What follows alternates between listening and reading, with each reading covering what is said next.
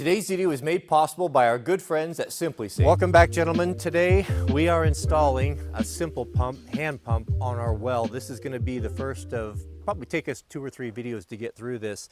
But we're living that, what is it, Engineer 7.7 life today. We are doing solar and off-grid water. So this is going to be a cool series. You'll be able to see how you can do it yourself, install a hand pump onto your existing well. The pump itself looks like this right here. So it's skinny and it'll slip down between your existing casing and well pump. I brought me tools here. While Jiraiya's working on that, I've got to take this pump, this cap off. This is big dangerous power, so be sure you check it out. Make sure it's locked out at your panel. This is about to go real good or real bad because it depends on if that coupler's glued or not. Behold, the tool of final resort. The oscillating tool. When everything else fails, this is where you go. Actually, you can't even be a professional homeowner without one of these.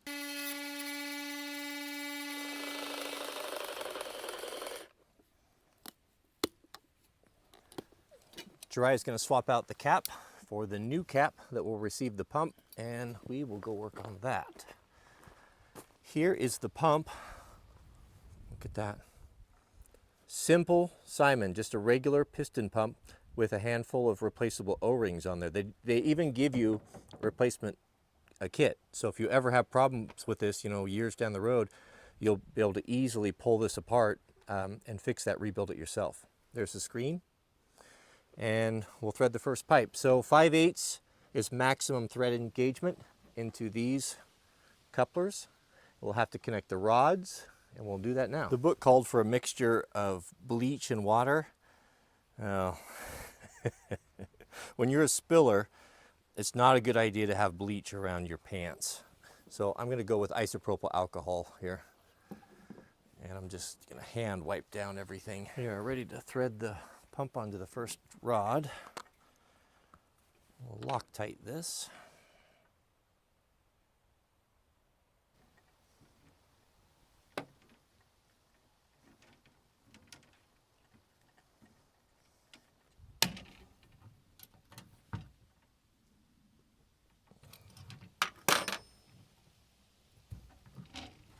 One trick with threads, I had someone ask me about this the other day, is if you're having trouble getting a thread started on a bolt or a nut, a trick you can do is to run it backwards. Run it backwards about a half to a full turn. You'll feel it click and kind of seat in, and usually you can start it. I'll always approach threads by spinning them backwards and then rotating them in. This has got to be kind of held up a little bit.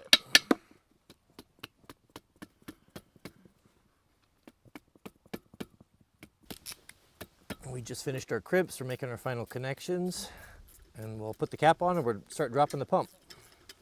I'm going to double clean all this. This pump is going to be going into our drinking water right now, so we want to be sure that it's super clean.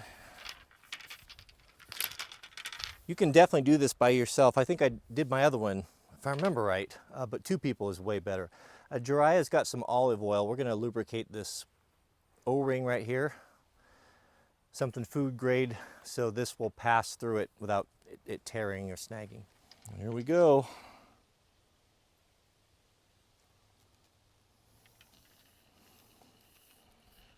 Rightly named, it is pretty simple.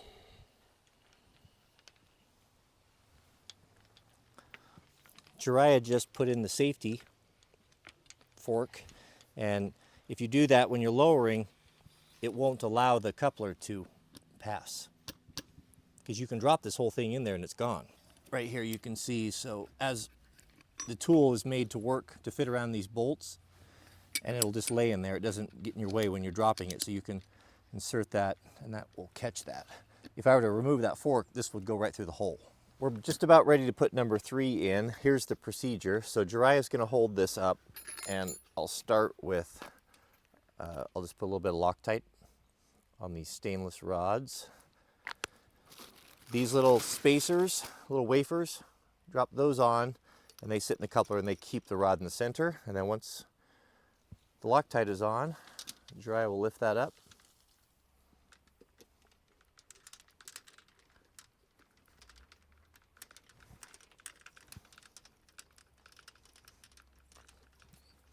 These have 2 flats on them.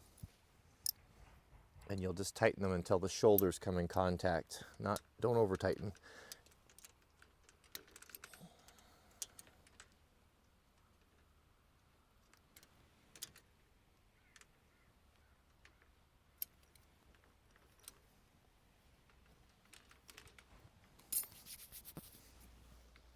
We've got Teflon on these, and these are all marked 5/8. You see those gray marks? That will tell us when to stop threading.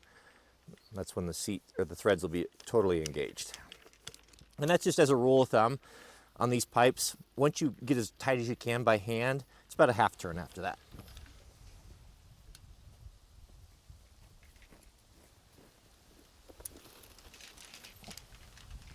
I'm using 1 Williams wrench and 1 snap-on wrench. They both feel good. Don't know that I could justify the snap-on cost over the Williams.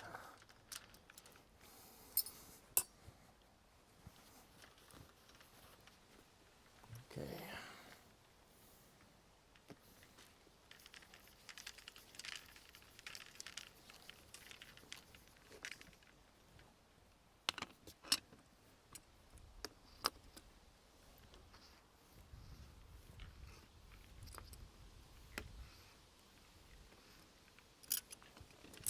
I got a pipe. Okay, coming off safe. Safety's on. That was the halfway point. So this is piece number 6. We've got 4 to go. I think this installation could be done. It can definitely be done in probably half a day once you kind of knew what you were doing. I'd say 4 or 5 hours.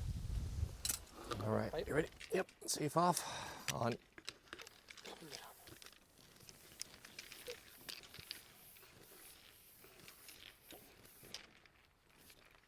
All right, we hit some, oh, looks like we just passed the casing. Maybe running on the side of the wall. Okay, got it. Ooh, it's heavy. SimpliSafe is a modern security system that you can install yourself. You can order it online, you can order it on the phone, they'll deliver it right to your front door, and in most applications you can have it installed in less than an hour. You'll enjoy 24/7 monitoring for less than $1 a day and 0 service contracts. If you're unhappy in any way, you can return it for a full refund. One of my favorite features of my SimpliSafe system is that remote monitoring. Last week I got a phone call in the middle of the day from SimpliSafe telling me that a smoke detector was actively going off in the house. Well, I jumped online, checked my cameras, and I saw inside that it was nothing more than just a case of burnt dinner. But having that active monitoring is very important. Had I been away, I could have easily checked on my cameras to make sure that the home was okay. Had there been a problem, I could have notified friends or neighbors and they could have came over and possibly dealt with it. If you're ready to get your own SimpliSafe system, you can go to simplisafe.com/Wranglerstar, and if you sign up for interactive monitoring, you'll save 20% off your initial purchase. And remember, there's no safe like SimpliSafe. We have one piece left. We're currently 72 feet. Now this piece is important. It's different than the others. And it's clearly marked. It has a weep hole right here, down from the top. And the reason for that is that this can be installed in cold environments. So when we pump the water up to the top, the water will be coming out and it will slowly, gradually weep out over that weep hole, and it will be dry. It'll be a dry stack, so it won't freeze. So don't put this in anywhere else than the top. I could feel it, the pump bumping kind of in the side of the rock wall there. Bad news, gentlemen, we ran into a problem. As you can see, the simple pump has been removed. I didn't hit water. I had the well report. Each well has a number, and there are 2 measurements that you get from the well driller. One is how deep they drilled the well. This is the report. And then the static water line, where the water line is sitting. So this well was a little over 200 feet deep, and the static water level was supposed to be at 50 feet.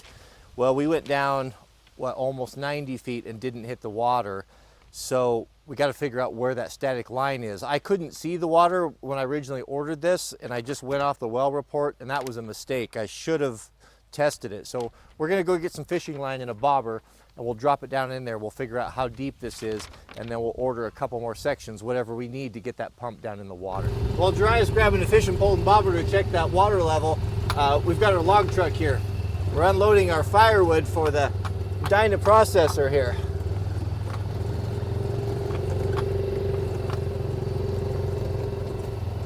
This is what's called a self-loading log truck. It's different in that it can load and unload itself. Because of the extra weight of the crane, it can't carry quite the capacity of a normal log truck, but it can still carry a bunch.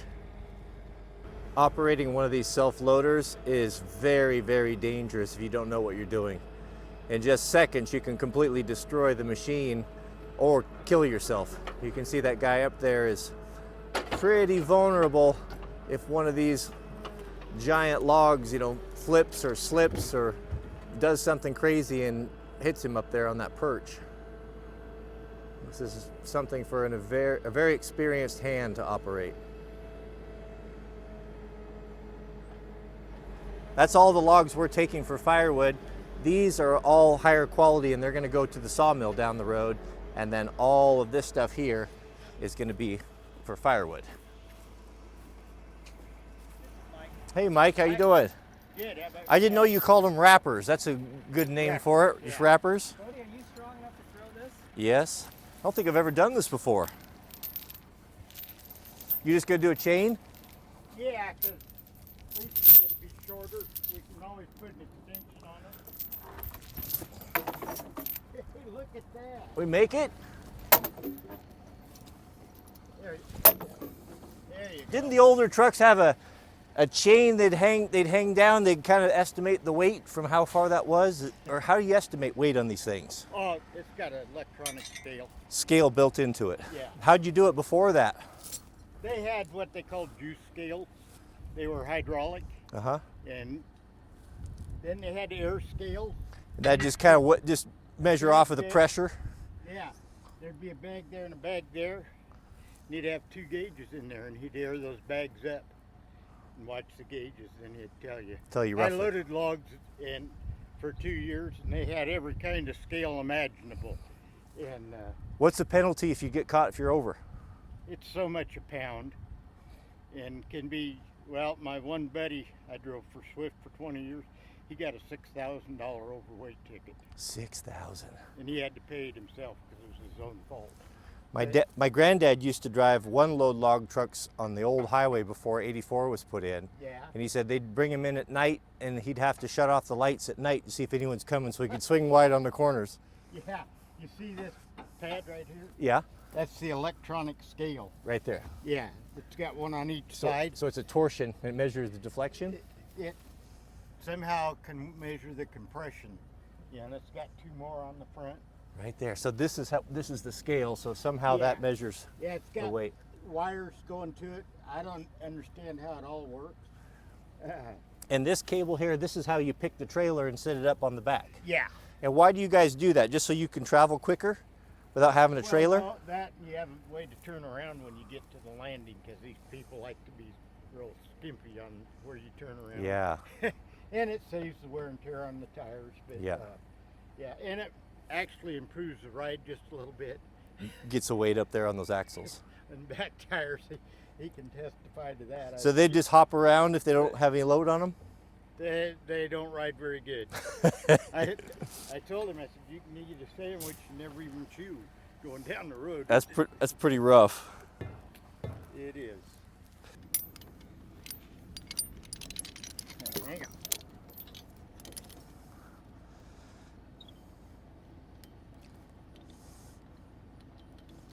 And 2 wrappers is enough for pretty much any load? Supposed to have 3. You're supposed to have one every 10 feet. In Oregon, you got to run 4. And what's the longest you can haul? 50, 52 or so? Well, no, with this trailer set up, probably about a 48. 48. A regular truck? Well, depends on the reach of them, because some of them, see, this is like telescoping. Well, they make regular reach that is telescoping too, and you can haul 90 foot, you know.